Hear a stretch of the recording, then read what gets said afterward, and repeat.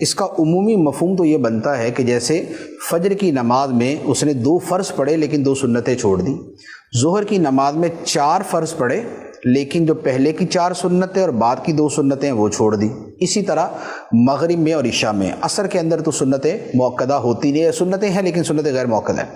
تو دیکھیں حکم یہ ہے کہ یہ جو نوافل ہوتے ہیں ان کی بڑی فضیلت ہے، ان کی بڑی عظمت ہے، اور قیامت کے دن اگر بندے کے فرضوں میں کچھ کمی رہ جائے گی، جیسے بھولے سے کسی آدمی نے بے وضو نماز پڑھ لی تھی، اس کو نہیں پتہ چلا، یا ناقص انداز کے اندر اس نے فرض پڑھے تھے، تو اللہ تعالیٰ ان سنتوں اور نوافل کے ذریعے اس کے فرضوں کی کمی پوری فرمائے گا۔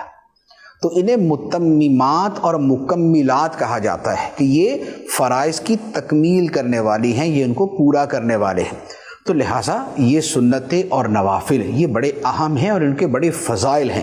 احادیث طیبہ کے اندر یہ جیسے مثال کے طور پہ فجر کی سنتیں، اس کے بارے میں تو یہاں تک فرمایا گیا ہے کہ اگرچہ دشمن کے گھوڑے تم پہ حملہ بھی کر دے تب بھی یہ سنتیں ادا کرو، فجر کی سنتیں۔ اور جو باقی سنتیں ہیں ان میں بھی اپنی اپنی ان کی فضیلتیں بیان کی گئی، اور نبی پاک صلی اللہ تعالیٰ علیہ وسلم کا وہ معمول تھی، حتیٰ کہ نبی پاک علیہ الصلوۃ والسلام سفر و حضر میں یہ سنتیں ادا فرماتے تھے۔ تو لہذا سنتیں اور نوافل ترک نہیں کرنے چاہیے۔ اچھا، اب یہ ہے کہ بالفرض اگر کوئی ترک کرتا ہی ہے تو اس پہ حکم شرعی کیا ہے؟ تو اس کا جواب یہ ہے کہ جو نوافل ہیں یا جو سنتیں غیر مؤکدہ ہے، اگر ان کو ترک کرتا ہے تو وہ گناہ گار نہیں ہے، ایک فضیلت کا عمل تھا اس نے چھوڑ دیا۔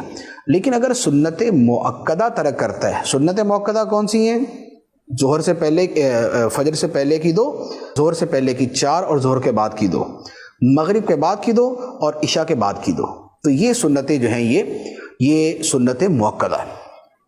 اور جمعے کے اندر یہ ہوتا ہے کہ جمعے سے پہلے کی 4 اور جمعے کے بعد کی 4، وہ سنت مؤکدہ۔ تو اب اگر جو سنت مؤکدہ کا تارک ہے تو اس کے بارے میں حکم یہ ہے کہ اگر وہ ایک آدھ مرتبہ کبھی کبھار چھوڑ دی تو اس پر گناہ نہیں ہے۔ ہاں، اس سے پوچھا جائے گا کہ کیوں چھوڑی، یعنی کہ اس سے پوچھ گچھ ہوگی، سرزنش ہوگی، لیکن اس پر گناہ نہیں ہے۔ لیکن اگر سنت مؤکدہ کے ترک کی عادت بنا لے کہ بار بار چھوڑتا ہے، بار بار چھوڑتا ہے، تو یہ جو سنت مؤکدہ کا ترک ہے یہ گناہ ہے، پھر اس پر گناہ ہوگا، اور پھر گناہ جو ہے وہ بہرحال عذاب کے مستحق ہونے کا سبب بنتا ہے۔